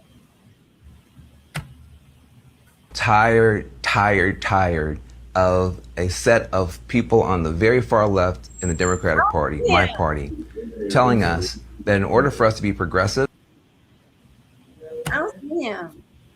Ooh. Yeah, your mic is and support ideas that are completely nuts. I am a progressive Democrat. In other words, everything that's good in our party, I believe in, have believed in for a long time.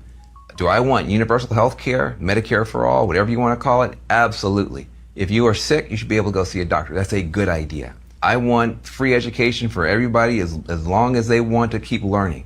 I think that's a good idea. The Green New Deal, I'm the author of the Green New Deal. The Green New Deal is my phrase from my first book in 2008. There's nobody more committed to criminal justice reform than me, ecological solutions, the whole deal. These are our ideals as progressives. We should fight for them. We need them now more than ever. But what does that have to do with supporting Hamas What does it have to do with putting up candidates who say we should have no police, no prisons, we can't deport anybody, even if they commit rape or murder, Israel shouldn't exist? These are terrible ideas. These are awful ideas. Where did these ideas even come from? If we want people to join this party, people come to the party, you want to give them a wonderful punch bowl of wonderful ideas like this. Who is putting the poop in the punch bowl? Bruh. Why are these ideas in our punch bowl? He's like, but Van is like, I want the Green New Deal. Why can't we just have a little genocide with the Green New Deal? Why can't the green be the slime that's coming out of the dead bones of Palestinians? Why can't the Israelis just kill as many children as they want? Let them bomb the hospitals and the schools, damn it. Why can't we just have a nice, fresh, clean, friendly little party that has Israeli genocide and doesn't complain and bitch about it? Stop bitching about killing children. Remember when he joked, dead babies, dead babies, dead babies, like it was funny. He's like, why can't they kill babies, man? Let them kill the babies. I want the Green New Deal. That's good. And if you are not for that, you're for Hamas. Okay. Okay, Van. I mean, the brainwashing that has happened, or the willful ignorance that is I don't know what's going on with Van Jones, or Money. Well, for they or just paying to play, right? Just like a lot of politicians on both sides. I mean, it's obscene the amount of money that AIPAC has given to Donald Trump. And Van Jones, clearly. I'm like, who pays you, Van?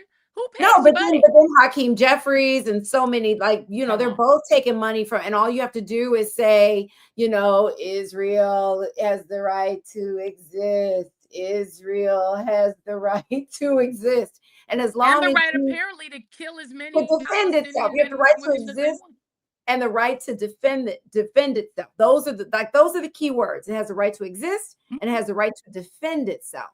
But there are so many other reasons that we won't get into here today as to why the U.S. is so closely tied, and money is a big part of it for a lot of politicians. But there are other reasons, and we should talk about that on another show. But I'm just over it. I'm just over this. Me too. I don't know this. Yeah, this relationship that this country has with Israel, just the blind, they just ignore Netanyahu and his racist ways.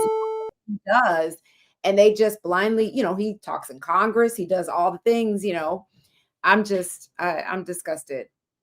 Okay, but I'll stop. And the Christian right, as we're supposed to stop here. Is it Calm Stylish has said, yeah, it is. It's part of the Christian Zionism as well, but it's also there. AIPAC spreads a lot of money around. Let's just be clear. They spread a lot of money around to candidates, and I want to know who's all paying Van Jones. Didn't he get money? People are saying it was Bill Gates, whoever gave him $100 million. He's scooping money up off the ground from people who are he's paid well to say the shit that he says. Whether he believes it or not, I don't know. And it doesn't even matter in the end.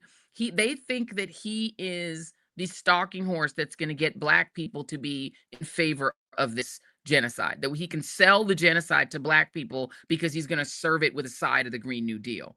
You know what? We don't listen to Van Jones. Black folks are not influenced by Van Jones. Who's influenced by Van Jones?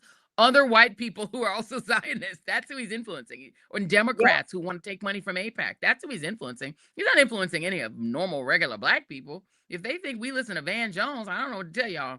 We don't. That ain't it. That ain't it.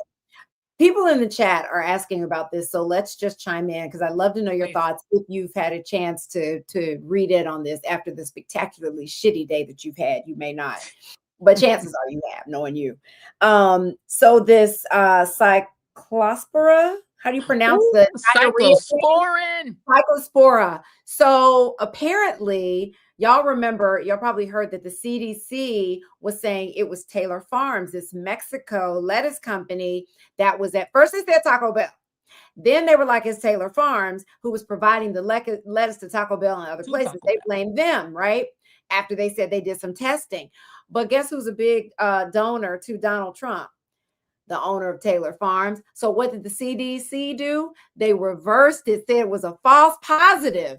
It wasn't Taylor Farms at all. They said it was a false positive test, and they apologized according to Taylor Farms. They put out a statement saying that the U.S. government or whatever department apologized to them for this. My thing is, girl, how do we trust anything that comes from the federal government, whether it be an investigation into a plane crash, right? And what it was, whether it's, something like this, the FDA, how do we trust this government? Numbers on jobs reports, all of those things. If it comes through the Trump administration, who's to say it's the truth? Who's to say it's a lie? I would say all those departments, by the time he ends this presidency, will have the numbers to the research to show that he was the greatest president of all time, right? I'm telling you, in every department, HUD, this, that, he did more for people living in public housing than any other president. It'll all be, smoke and mirrors. But now my concern is, once I felt it was Taylor Farms, because, I eat a lot of fruits and vegetables. And at first we didn't know what it was. We knew it was possibly this and that. It was a variety. Now they narrowed it down to lettuce. But can we even trust that? No. We don't know if it's lettuce. We don't know if it's Taylor Farms. We don't know where it came from. We don't really know how many people have been stricken by this, how much is spreading, because all the calls coming from inside the house, right? It's like they're giving us all this information and it fits their narrative. I mean, to revert, like the boldness is like I was saying before. He says they decide it's this company. This guy is a big Trump supporter. They not only retract it, but give him an apology. Girl. At this point, we have no FDA, we have no NIH, we have no CDC. You are on your own, America. Use your common sense. If you see that Taylor Farm salad in the store, don't touch it, don't eat it, because we had Dr. Frida on the Joy Reid show the other night. She said you have to boil it away. You can't even wash it off. It comes from fecal matter. Somebody using the toilet and not washing the fecal matter off their hands. Human fecal matter. Let's be clear. It's not from the animals. Human fecal matter. From humans. Human either fecal matter. Touching that stuff, and either. I'll tell you why. You know why? Because they don't have bathrooms or washing for the migrant workers or the whoever's working to wash their hands. They're not able to wash their hands. They're not able to take bathroom breaks. They have to shit in the field. That's correct. And they don't, and that is where it is coming from. Your fruits and vegetables, ladies and gentlemen. 100%. And by the way, these are the people that when they're not deporting them, they're abusing them and making them work cheap and not and have to shit in the field. And so my question is, the only question you need to ask when it comes to Donald Trump and any of the agencies he administers is where all my scamming ass at. Spend that money fast. Yeah. Because they scamming. Everything's a scam. Everything that comes out of Washington, D.C. in this era is a scam, a lie. It's lies. Don't eat none of it. Grow your own food. If you want lettuce, grow it in the backyard. It's the only way you can be sure that you're not going to get sick and die. We're in the 1900s. We're in the 1890s again. We are not living in a modern era anymore. They have sent us back to the 19th damn century. We are screwed. I swallowed some air. We're cooked. Like that lettuce. Look, can I tell you, Jackie? I had a whole, because I'm in my little vegetarian era. So I made my delicious Beyond. I had a wonderful Beyond burger with vegan cheese. I put pickles on it. It was fabulous. I made a whole wonderful little burger. I made myself some fries. And I had, I like lettuce and tomato on my burgers. So I'm here feeling so proud of myself. And here I am having my little vegetarian burger moment. And I had lettuce and everything on it. And then the next night we had Dr. Frida on. I took that whole thing of lettuce that I had just bought and threw all of that in the garbage. Because I'm like, I don't trust nothing. I'm scared. Because now I don't trust the federal government. They're supposed to inspect the food we eat. You can't trust them. And RFK Jr. is in charge of our healthcare. They're stopping vaccinations. This is terrifying. You can't trust anything. You can get a garden. Yeah. Get a garden. Let me tell you. Look at your cat. I'll say hello to Winnie. Hi, Winnie. Winnie's going to be mine. Come and live with me. This is not Winnie. Listen, Winnie is white, but this is Lovey, the only girl in the gang. Lovey, come and live with me in Harlem. Have you seen a place in Harlem? And it's not the same old place. Come on, Lovey, come and live with Come and live with Auntie Joy. I need Yeah. a killer. I need a killer. What's Listen. your most killer cat? Somebody said, Jackie, your cat scared. Gotta be. Who's the most? Thought it was a water bug. But let me say this. I just want to do this PSA. Yes. Let me be a reminder to everybody who has ever walked out of the grocery store and taken a grape that you just bought and popped it in your mouth, or picked up an apple and ate it, or got home and was like, I don't feel like washing those. I don't feel like really, I'll rinse it off, you know, but I'm not going to, the veggies and things like that. Y'all, baby, listen to me. Wash your fruits and vegetables. Wash your fruit. Wash them. And not a quick throw it under the water. No. You gotta, I take a bucket, like a big bowl of water, and I put either baking soda or vinegar, and I let it soak for like 15 minutes to get those. Like, you really got to do more than just letting it soak in water. Lord Jesus. You got to do something. And depending on what it is, y'all, because I have non-toxic dish soap. I'll put a little dish soap in there and wash it. I've done dish soap. I do a little dish soap. My collards, because all that dirt and stuff, I just can't. So I wash them and wash them and wash them. And to me, that really gets the things that like grow on the ground. I got to do a little extra washing. You can put a tiny little thimble of bleach if you have to. Like, you got to do something. Don't do that. Don't do the bleach. No, please don't. No.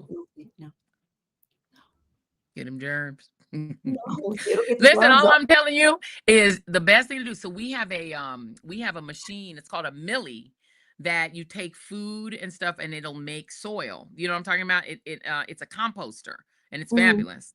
Yeah. That compost is it makes a rich soil, and we're storing up that soil to make our garden. Because it's great for you. If you compost, it's great. Like, they have compost centers here in the city, around the city, but you can also, like you said, you can get a machine and do it in your home. But if you take it there, you can get soil from there that you can use. And that's the soil you want. It's rich. Oh, it's so rich with so many wonderful things. But yes, y'all, please let this be a reminder. But somebody was saying the vinegar and things like that don't kill this parasite. It does not. It doesn't. No, Dr. Frieda said this particular parasite is cooking it. You have to cook it. So right now, 105 degrees is she said, she had a scared shitless last night. That lady, Dr. Frieda, said you have to cook it, and not even like 50 degrees, 105. She said, so hotter than you could put your hands under the hot water from the sink is not hot enough. 105 degrees, or else it's not going to die. Right. And she said, you won't even know for 2 weeks if you get infected with it. It could linger in your system for 2 whole weeks. And yes, I have hydrogen peroxide as well. That's a good one too.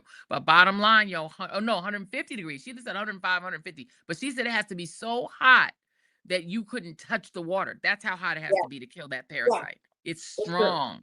And over 7,000 cases so far and counting. Over 7,000 cases. And that company got an apology and is now still selling their products. And people are just, without a second thought, going to buy it and eat it. And making salads with it and all that, baby. I ain't eating nobody's salad right now. Nope. And a packaged salad? Hell no.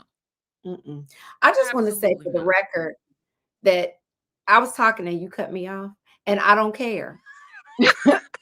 But don't nobody say nothing when she cuts me off. I just want to say we cut each other off. She cut me off all the time. And again, I was trying to do it again. So moving on. So y'all wash the things. That's all I gotta say. Boo-boo lettuce. Somebody called it boo-boo lettuce. Boo-boo lettuce. It's boo-boo lettuce, y'all. It's boo-boo lettuce. Francis Davis said it's boo-boo lettuce. It is boo-boo lettuce. Boo-boo lettuce. Boo-boo lettuce. That is funny. That's your wine now. It says boo-boo lettuce. Boo-boo lettuce, girl. Okay. So we don't want to get out of here without talking about The Odyssey, the movie that is doing so well at the box office. Let me share. Debuting at $264.1 million globally, including 124.5 domestically. Surpassing even The Dark Knight Rises, it marks the biggest worldwide opening of Christopher Nolan's, who's done some really big movies, of his career. We love this movie doing so well because of our girl Lupita Nyong'o, who those racist white people have been trolling and continue to talk about her on social media because she plays Helen of Troy. And if you know the story of the Odyssey and all those things, then you know it's a significant character for her. She's supposed to be the most beautiful woman in the world that men went to war over her, right?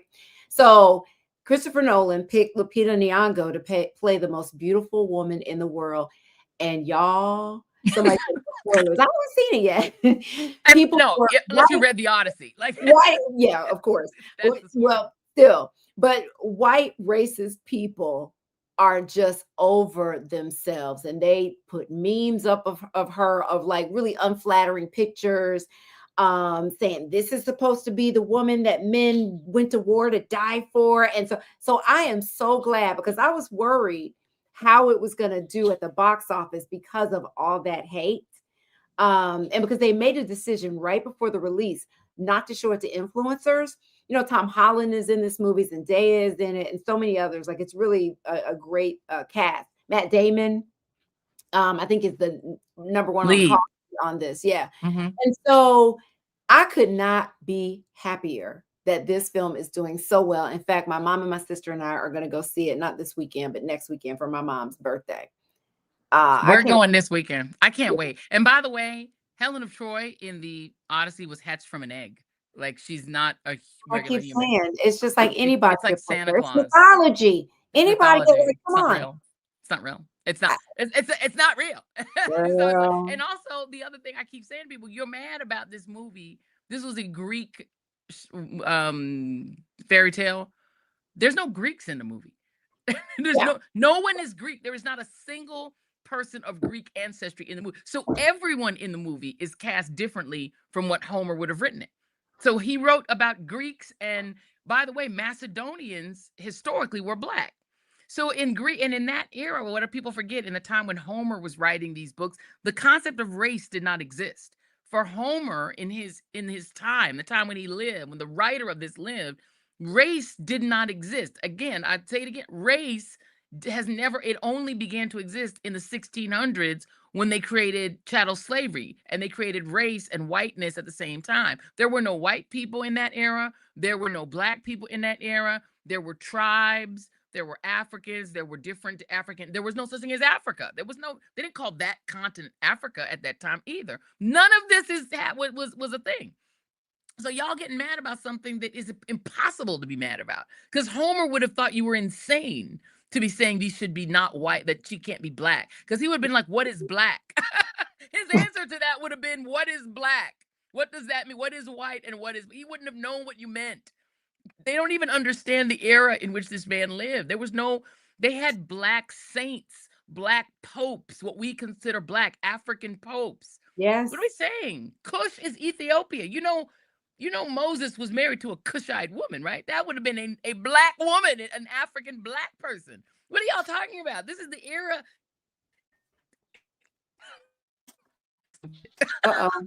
Did you freeze up for a second? No, it's not. I said you froze up for a quick second there. I saw. Oh, okay. Sorry, it was my rage.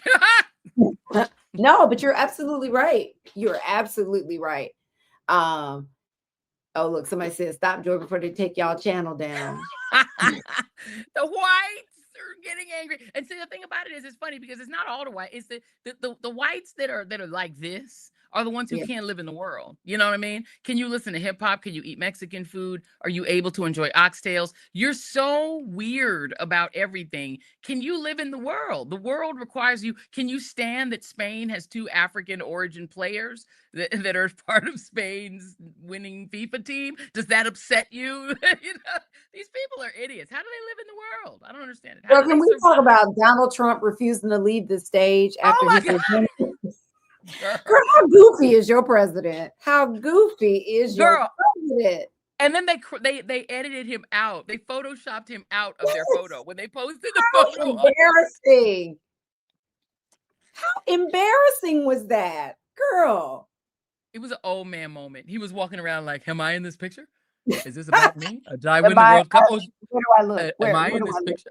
Where do I look? Wait. Oh, they're celebrating me. Oh, wait. They're cheering me. Oh, look. They're cheering for me. Oh, my goodness. They love me. Yes. Oh, they're jumping up and down for me. Yes. Oh, do I get that gold trophy?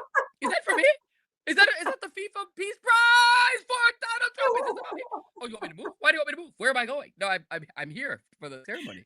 For me. I'm Somebody what? said the SNL skit is writing itself. It's like, So true. did I win the World Cup? Donald Trump won the World Goal. No. This is about me, right? Girl, Oh, you want me to did move? you ever see the SNL skit they did of David Patterson at the debate?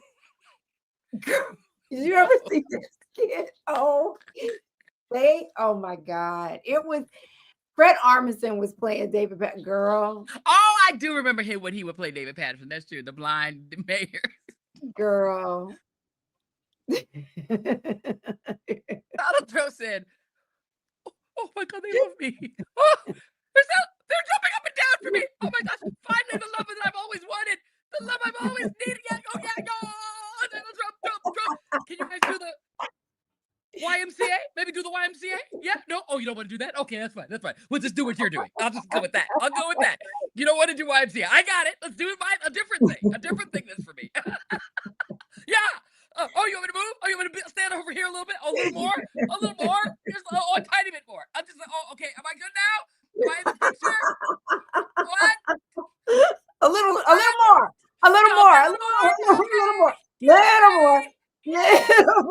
There. Perfect. Like We got a good picture of Nala there. the Spanish players needed some raid. A whole can of Raid. Okay.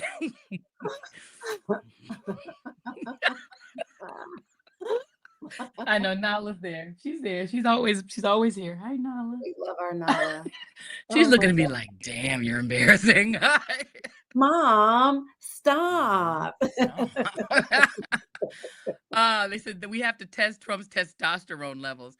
Yeah, it does make your pee-pee tiny. But he started did well. Let me stop because I don't know that for a fact. I mean, according to Stormy Daniels, it's un piti ton pipi tinti. Oh, did It's she un say pompon tin. about I wonder if his very first wife ever talked about that since she accused him of raping her and then dropped those charges. You mean before he pushed her down the stairs? I mean, before she fell down the stairs? Didn't she accuse him of raping her? She did. She said he raped her because he went to her hair guy to get his hair plugs, and he didn't like the way they came out, and he came home and supposedly raped her. She made an affidavit to that effect, but then she took it back. Much like they took back the farm place.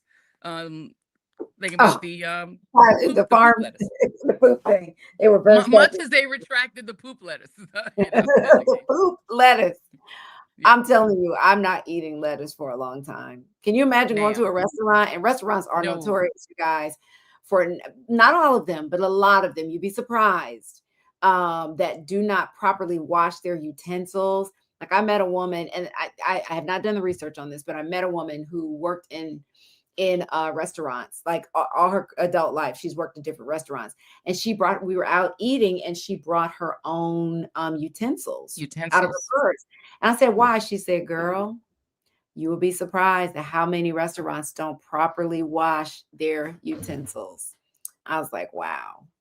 I know. Just give in, Joanne. Pick the pacifier up off the subway floor and put it in the baby's mouth.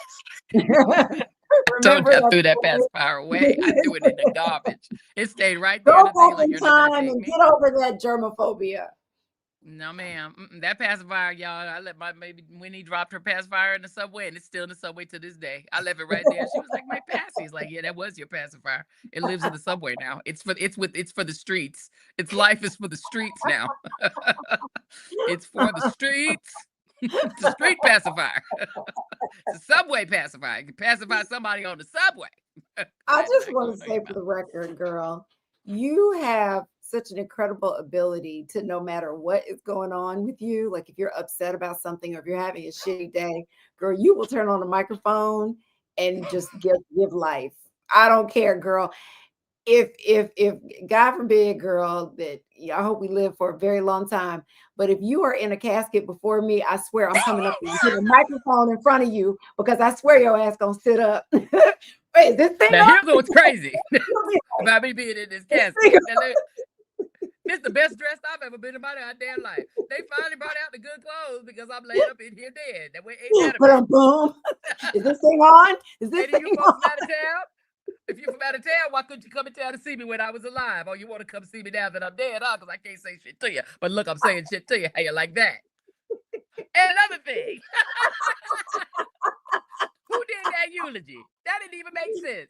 Who's singing at the funeral? I need the choir to come a little bit better. Choir, you know my favorite song. Don't be singing that shit. You singing that Methodist shit. This was a Methodist for like 4 years in high school. I didn't even have a choice.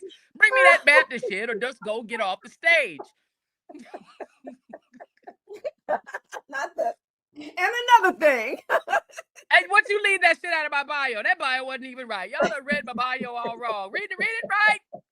Tell the truth about me. Shit, I'm here. I can hear you. You think I can't hear you, bitch? Y'all bitches is trifling, mother. I know I'm in church. I'm so sorry, Pastor. I apologize. Let me go ahead and get the bishop over here. What you doing?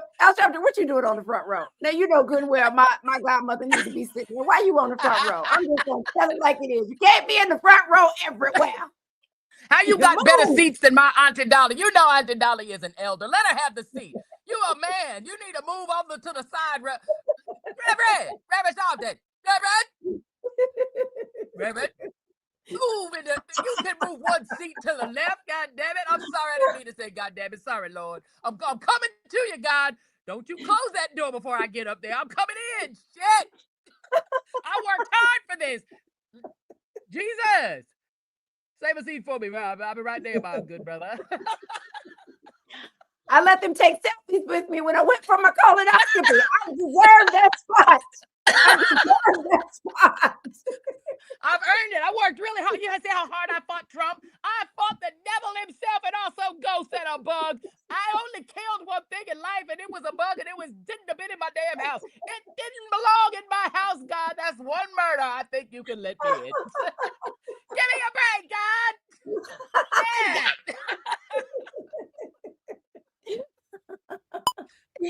Yeah. Y'all, I'm telling you, put a microphone in front of this woman. And I have said, people are in there saying Joyanne is a real comedian. I'm telling you, when they start asking, when y'all see a conversation anywhere about who should host Saturday Night Live, who would you love to host Saturday Night? Girl, this girl right here, I'm telling you, would kill, slay it. And you know why? Not just because you have such a great and quick sense of humor, you're so witty, but on top of that, you're a good writer. And so I think that a lot of times Saturday Night Live, when they have Black hosts, I don't think the hosts are in the writer's room enough. And I think they're too like, well, this is SNL. Let me not, you would be in that writer's room. So we know we're going to do really, really funny shit. Cause you know, it's going to be, girl, you're crazy. And, oh my God. Somebody said Don is never on time. We got time. Y'all know Don. Y'all know Don is lemon late. He's lemon late all the time. He ain't there. He ain't there. I'm here to tell you. No, you're not there. He'll be there eventually. He'll be there eventually. That was from earlier. I hear his voice. Nope. That was earlier. That wasn't now. That was from earlier today. I just opened up an old video. He ain't there. Nope. He is not there. Yeah, see. Girl, you got time. It's fine. No, it hasn't started yet. It's scheduled. Okay. Y'all be all right. Yeah, he's not there yet. You said you got Francis Davis said you got 17 minutes. She said she got 17 minutes. You do. He in there. You're gonna have Ben Crump on. I'm gonna get in the chat and ask Ben Crump about the autopsy. I'm gonna text him. Angela Porter says, "Where's Bernie? I didn't hear him today." Yeah, Bernie was quiet today. What happened? Let me tell you something. I had a good stern talking to with that dog, and I think he got the message because he has been asleep the entire time. Okay. His stomach is moving, so he's still alive. But girl, he has been sleeping. It is amazing. It is. That's great.